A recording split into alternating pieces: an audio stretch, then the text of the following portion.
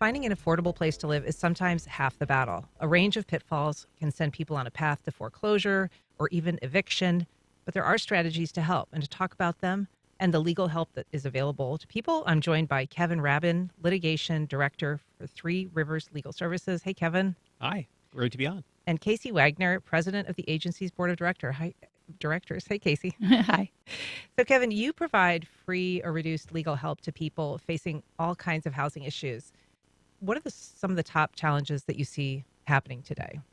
In terms of our housing cases, I think the most challenging thing for our clients and everyone that contacts us is just simply unaffordable housing. It's a really hard time out there for most of our clients to afford rent, increased home ownership costs, whether that be just mortgage costs, the cost of interest on every new mortgage originated in the last few years, or just the home insurance crisis and the increase in property taxes that many people across our area are experiencing. Do you see issues affecting homeowners or renters more frequently? Renters much more frequently. Our client base is a wide range of low-income Floridians in North Central Florida. So homeowners are a little bit less of the clients that we see, but we've seen a marked increase in home ownership problems over the last year or so, at the same time that we've seen the rental housing crisis begin to ebb to a small degree. So some of this started during the financial crisis, Kasey, and it's continued since then. Explain to us why the roots of some of what we're seeing today in the housing market, and particularly Florida's housing market, date that far back. Well, I think that you've got the perfect storm, and you've got rising interest rates, and decrease in supply. And also, one thing that we're seeing more and more is that people are holding on to their homes much longer. So you're not seeing the aging out of the family home that you used to see maybe 30 years ago. So older folks are staying in their homes longer, and then up-and-comer starter home folks don't have any homes to buy. So that's one issue. And then you also have the takeover, basically, of the rental housing market by investors. So you no longer have where a majority of people who are renting out homes, the majority of landlords are individuals or families who have invested in a second property. Or maybe that was their starter home. And then when they moved up to a bigger home, they're renting it out. That used to be the normal model for renting. But in '08 and since, you've seen a much more investment in private equity into the rental market. So now you have these big private corporations who are made up of investors from all over really the world. And those are people who are making decisions about how much the rent is, whether or not somebody can be a week late on their payment, and things like that. So how did we get to that point, Kevin? How did we get to the point that so many properties have been purchased by large, conglomerates as opposed to individuals? I think the easiest way to kind of visualize it is remembering back in the financial crisis, just how many homeowners went into foreclosure, especially in Florida. We were the vanguard of the foreclosure crisis. So many homes that were underwater. What happened to a lot of those homes after the foreclosure occurred is they set what we call real estate owned properties, right? Owned by the banks that had lent the money because they couldn't sell them. They were, these incredibly over leveraged debt properties. What eventually happened is they began liquidating those, and they sold them for, in many cases, pennies on the dollar, or the investments on them for pennies on the dollar, to institutional investors who were happy to just gobble up what they considered a relatively cheap deal. And as we hit the pandemic, interest rates bottomed out. Those investors could get a lot more cash flow in to acquire a lot of those properties at the same time that real estate prices started to skyrocket. And you see pretty quickly what happens. These investors were able to gobble up this portfolio of single-family homes, especially in communities like Jacksonville. And now that they are the owners, they're able to capitalize on that market, whether now selling them for incredible profit or, as we've seen much more frequently, renting them at a higher value proposition than they would have certainly 10, 15 years ago. You talk about homes being sold pennies on the dollar to the interests that owned them. Was there ever any opportunity for people who were being forced out of those homes, who were being foreclosed on, to acquire those homes at that kind of a rate, as opposed to what they originally paid for the house. Absolutely not. That's one of the biggest difficulties of how we solved the housing crisis. In large part, was trying to prevent the same actors who lent these massive loans relatively irresponsibly. They were the ones that got the financial assistance to prevent the complete fallout of the economy. The homeowners weren't given that, and as a result, many of them exited home ownership, entered the rental market, and for a time, rental prices were affordable, right? Because interest was relatively low. There was a lot of caution in the market and an available supply. But at the same time, then you stopped seeing new builds, right? There was a constraint because at least then a lot of caution about what to do with money in the market, and that just led to fewer and fewer opportunities, especially once this boom really hit in earnest. I think it really started in 2019, but the pandemic accelerated it once the interest rates dropped in that 3-month interval, right when kind of everything shut down. So let's talk about the pandemic, because that really did throw back some of the progress that had been made in terms of stabilizing the housing market. Kasey, so what impact did that have in terms of destabilizing homes for renters or for homeowners? Well, it was a double whammy. The pandemic really just put gas on the fire of what was already stewing from '08. And what you're facing then is tons of people from all over the country coming to Jacksonville. I mean, it's a very specific problem here. We had an increase in population of 100,000 people in the last couple of years. So you've got people choosing to live here who are willing to pay way over market value for homes because they're on budgets as if they live in Brooklyn. And so they're taking their housing allowance or their budget that they had in New York, and they're relocating to Jacksonville. They're able to scoop up properties at whatever price anybody's willing to sell them for. So that's the home ownership side. You're seeing people. And that's like a factor of remote work that people are. Mm-hmm. Yeah. And then on the rental side, all of those people, like Kevin was saying, they don't have anywhere to go. And so we had a huge influx of people who needed rental property. And so supply demand, the demand is going up, supply is going down, prices are skyrocketing in the rental market as well. If you're just joining us, we are talking about avoiding financial crisis in your own home and your own apartment living. We're talking with two legal experts about opportunities available to forestall some of those crises. And you can join us on air if you call 904-549-2937. And you can email your questions to firstcoastconnect@wjct.org, or you can reach out to us on social media. In terms of the pandemic impact, Kevin, what Kasey's alluding to is, this shift to a different kind of acquisition, different base of income to get the property. Is there any way, given the history of housing bubbles and real estate busts in Florida, is there any way to kind of accurately ascertain what properties are worth, what values should be? Because I saw a statistic that after 2000 that home prices increased like 96% between 2000 and 2007 in Florida. Just an extraordinary, acceleration. And it kind of feels like we're seeing a similar bubble forming at this point. It's hard because, again, looking at the macro level, right, the whole national economy and how housing prices got to the point they're at, it's really hard to say if this is going to be abating anytime soon.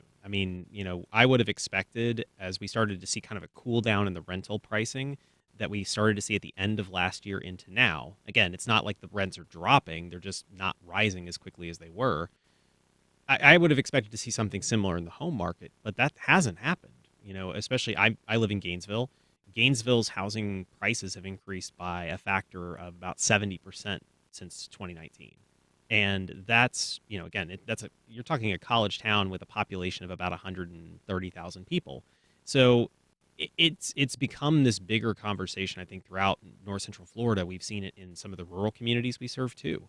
Even Lake City and some of the rural communities near Live Oak, even in Dixie County, you're seeing these increases, even, again, in relative scale, that I'm just not sure are going to slow down anytime soon because the demand is here. People are relocating to the state of Florida. Again, we're not the only ones. Texas, I think, has a very similar story to tell at just astronomical rates. How is the impact of insurance rate increases playing into this issue? I know that a lot of people have been experiencing, really big jumps in escrow payments because their mortgage payments are going up because of their insurance rates.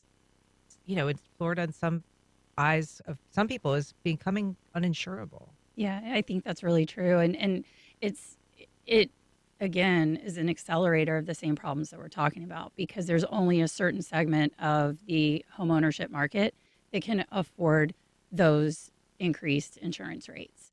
And so I think as if we don't do something legislatively to control the insurance problems, and I don't think that what was done in the last session was enough. I think there's got to be more that's done.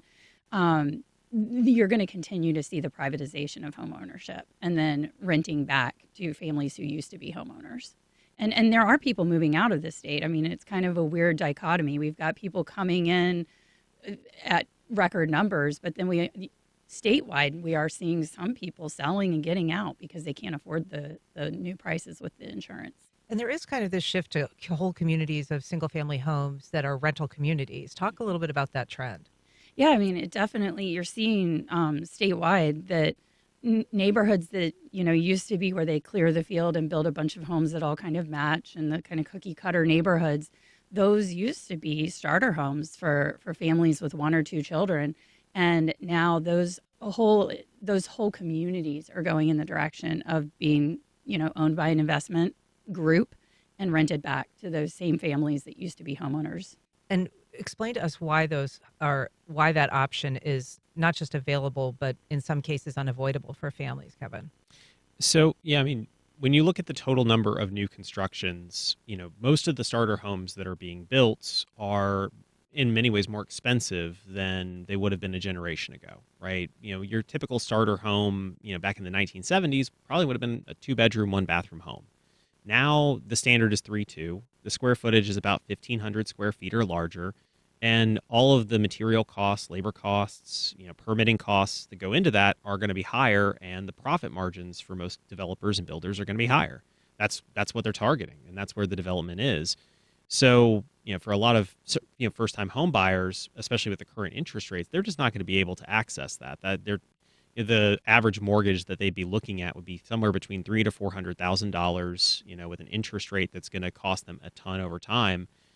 And for the institutional investors, many of whom gobbled up these opportunities during the pandemic, they look at that and they say we can make a lot more just renting to those same families at $2,000, $2,200 a month, and we know there's going to be a consistent supply. So that's going to be a much more lucrative investment than trying to work with this developer to then offload the properties and maybe try to use covenants or HOAs as a way to recoup some of that long-term tail. The intensity of storms, the frequency of storms, and the peril that we have, particularly in Florida, to climate change, is becoming a reality. Something that the insurance market is starting to grapple with, and homeowners are really starting to recognize, Kasey. But is that going to fundamentally change the equation in homeownership, just as it becomes less and less affordable to pay for insurance, or as it becomes harder to get, financing for a house because of the cost of insurance? Yeah, absolutely. I think you also have to look at the geographical location of the neighborhoods where people who can't afford that higher insurance are going to end up being concentrated. Typically, those are going to be neighborhoods that are affected more by the changing climate, so lower lying, more prone to flooding, or areas with less trees and more prone to wind damage. So when you take into account that that folks of less means are going to be concentrated in areas affected by climate change, it really does create a bigger problem. And then, I'll mention something that Kevin and I have discussed previously, which is we're also losing the safety net of the mobile home neighborhoods in Florida, because those are now becoming more dangerous of a place to live, but also more difficult to own. I think Kevin can speak to that more than me even. Yeah, I mean, the model also for a mobile home has changed in terms of, it's what it looks like the amenities it offers. So it is a different model than it was 30 years ago. Absolutely. I mean, Florida was one of the first states to really embrace the mobile home park model where homeowners would purchase mobile homes, rent the lots within a park, and, cohabitate in a larger community. There's been a lot of, historical issues with that, but ultimately what we started to see during the pandemic was this new accelerant of acquisition of mobile home parks by these same private equity investment firms that were purchasing for $2-3 million and immediately pricing out all of the families who lived in this kind of naturally occurring form of affordable housing. Again, and you consider also the increase in insurance costs, and you start to see this perfect storm that is decimating mobile home park ownership and converting it into a much more lucrative form of mobile home park rent, where the mobile homes are not owned by individual homeowners any longer, but are owned by the park itself and are rented at relatively similar rates that you would see single-family home rentals. And we've definitely noticed across, North Central Florida that has been a huge, very quiet method of displacement of existing homeowners. And what happens to people who are being displaced? I mean, we talk about mobile homes, but in many cases, these things have been parked for years and years, and they really aren't mobile. They certainly aren't street worthy. Yeah, and the cost to move even a relatively newly purchased or newly built mobile home is going to cost between $8,000 to $15,000 to begin with. So whether the mobile home can even be moved is a question.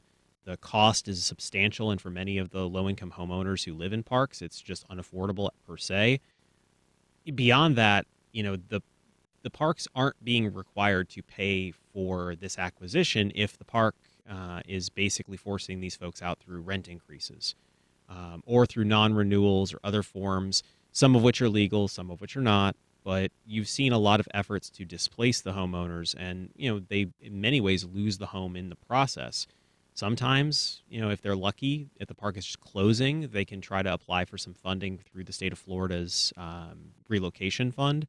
But in my experience, helping clients in those cases, it's been rare to get that funding. And when they've gotten it, it's been insufficient to actually assist them as far as they would need it to. And so in some cases, these people are leaving behind the homes that they own, and the landlord is inheriting them, able to renovate them, rent them out again, because these people have been priced out by increasing rents. Exactly. And then they're forced to go look for something else that will work. We have an email from Jim in Riverside. He said, can you please ask your guests about the specific work they do to help renters facing evictions and how they are funded? Certainly. So, we are funded by a number of different sources at the organization I work for, Three Rivers Legal Services. Our primary funding comes from the federal government, and it requires that we serve a certain concentration of low-income households that fall below a certain income level. That income level gets very technical, but it's generally designed to help us focus on the most needy and most at-risk populations that are at risk of eviction, domestic violence, and other issues that we serve them with. We take a lot of eviction cases for full representation. We defend them in court. We a lot of times will file counterclaims or affirmative suits against landlords for malfeasance that they commit. And we try to serve clients with any number of issues, including some systemic ones when we come across them. Like? Mobile home parks are a pretty common one. We have sometimes seen, like as I mentioned before, illegal rent increases. Mobile home parks are one of the few places in rental housing where there is actually a statutory requirement of how rent increases are to occur. There is a cap of sorts that exists.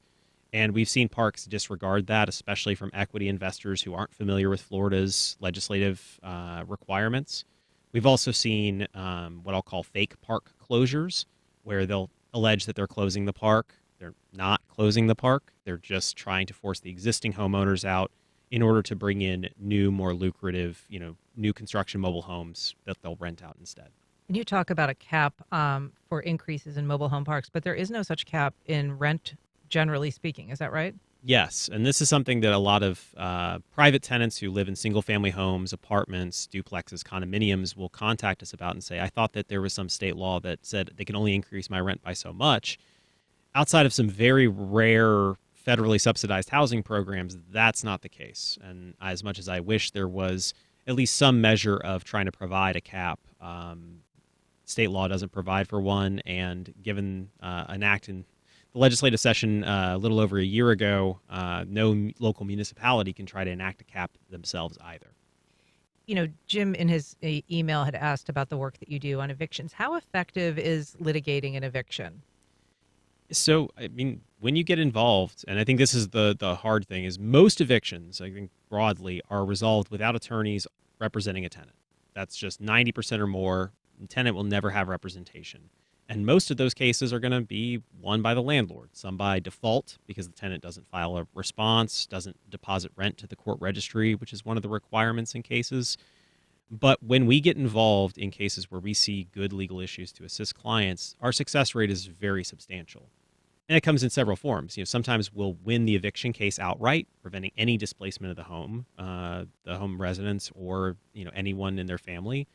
Other times, we are going to end up brokering some agreement with the landlord, one that maybe should have been suggested by the landlord to start with, but usually, and I would say the vast majority of our cases, are going to resolve with some resolution, some settlement between the parties that puts them in a position that improves both of their interests. Maybe sometimes the tenant will have to move.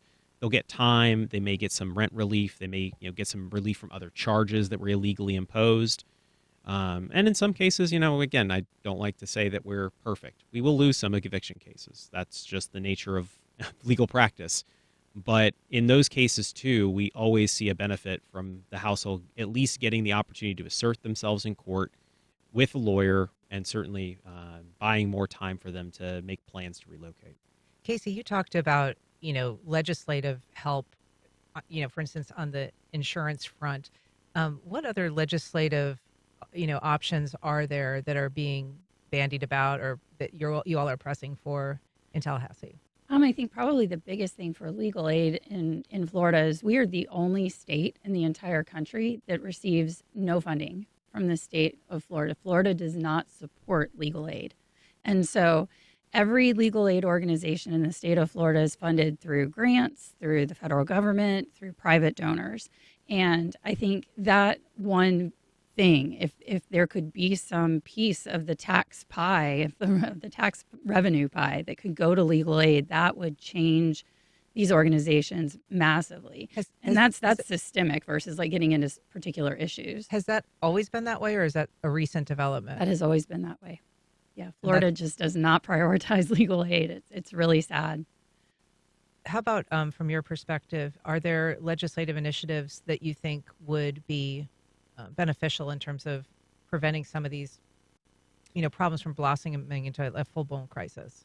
I mean, I think what's regrettable is that we saw municipalities in the wake of the pandemic taking their own steps to address local issues of concern and trying to maybe tailor the response of what was needed. Like, for example, increased notice periods before a tenant could be evicted. Some communities had said you need 30 days notice for, a non-renewal of tenancy. And the legislature, as it has been wont to do over recent years, opted to preempt that authority of municipal governments to try to provide that backbone of support. And it was regrettable because, the needs of every county, the needs of every city are going to be a little different. Every housing, community is particular. And that was really regrettable. And I would hope to see the legislature consider maybe giving back that specific home rule power, giving back that control for, say, the city of Jacksonville to address its specific issues the way that the residents of the community want to do it. Because, again, a one-size-fits-all approach from Tallahassee really does not work, especially given the diversity within the regions of the state of Florida. You're talking about investment properties at the large scale where, large companies are buying, acquiring huge parcels, tracts of land with homes on them. But the model for what a home is, what it signifies to individuals, has also changed somewhat in terms of being viewed more, or at least equally, like an investment as opposed to just a place to live. How does that weigh into this whole equation? Well, as you asked me that, it makes me think about one thing we haven't discussed yet, which is the vacation rental situation. So a lot of people might buy a home to live in at the beginning, and then, what I talked about earlier, the model 30 years ago would have been when you grow your family and move into the slightly bigger home, maybe you rent out that starter home or you sell it. Now you're seeing that as a money-making opportunity. You're going to stick it on VRBO. I mean, we live in an area where vacation renting is prevalent. And, there's areas, some towns are dealing with that through like St. Augustine, who I think has done a very good job, where there's a license attached to the parcel and they've capped the number of licenses. And so you can, when you purchase a home, if it's already an Airbnb, you can continue it, but there aren't any new ones being added to the stock. Jax Beach, Atlantic Beach, Neptune Beach are not doing that. And so that's another situation where you're using the home for a purpose it was never really meant for. Now all of a sudden it's a hotel condo type situation.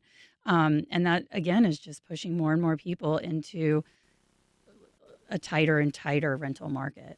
Does viewing your home as a asset as opposed to just a residence, Kevin, make people more disinclined, for instance, to welcome more density or changes to their zoning codes that would maybe allow for different and more diverse types of homes? I definitely think it's a factor. The term NIMBY comes up, not in my backyard. And I think that largely is driven by this impulse, that we've reinforced as a society for the better part of 80 years, that the home is an asset. It's the primary asset for families. And when you frame it in that lens, instead of really framing it as the focal point of housing, residence, opportunity, it changes the way people think about it. They start trying to think about how to use it for economic gain and benefit, and not trying to think of how their actions may be detrimental to the community as a whole. The old, short-term benefit for a long-term, pain. And I think that's definitely a big facet of what we've seen here. And although I think that what's really driving our current crisis is not even that impulse, I think that's definitely one of the things helping. I really think that it's the driving institutional investors who came in and have displaced those people who used to have to wrestle with that decision that have really made a bigger impact on the problem we're looking at today.